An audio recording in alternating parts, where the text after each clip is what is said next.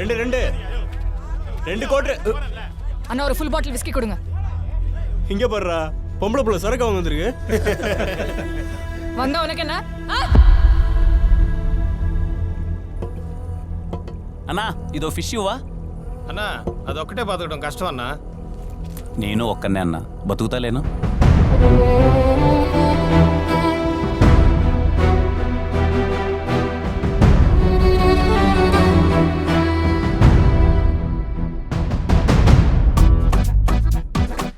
హైదరాబాద్లో అంత పెద్ద ఇండస్ట్రీ ఉంచుకుని ఇక్కడికి ఎందుకు వచ్చావు? నా కథలన్నీ గుండెలు పిండేసే కథలు సార్.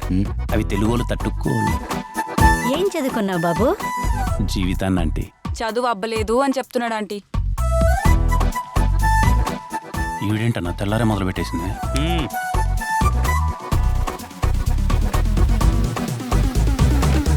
ఇది ఇప్పుడు ఖాళీగానే ఉంది, ఈజీగా వర్కౌట్ అవుతుందనే కదా. మీలో ఏదో కొంచెం మార్పు వస్తుందని. నువ్వేమైనా నన్ను మార్చడానికి? అసలు నా గురించి నీ ఒపీనియన్ ఏంటి? స్టీవెన్ గారి దృష్టిలో మీరు ఎప్పుడు ఇది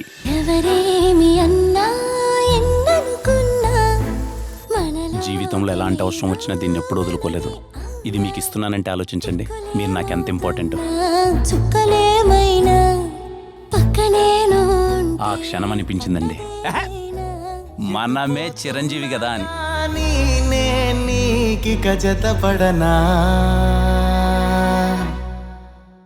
ఈ రోజు నుంచి మీరు నా దేవత, నేను మీ బానిస.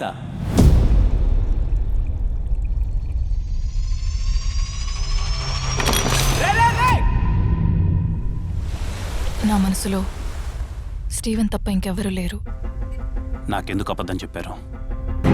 మీ బ్రాడ్ మైండ్ సెట్ ముద్దు దగ్గర ఆగిందా, లేక ఇంకేమైనా చేశారా?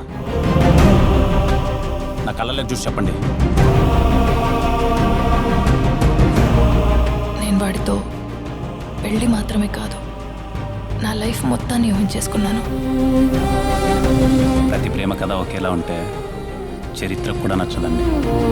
నమ్మని వాడికి ఈ కథ ఒక అబద్ధం, నమ్మగలిగితే అదే అద్భుతం.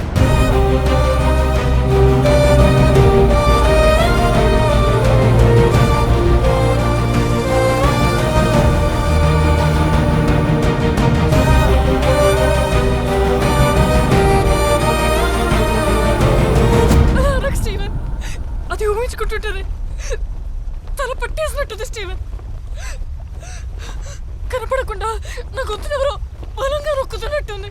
అదెవరో కాదండి, నేనే.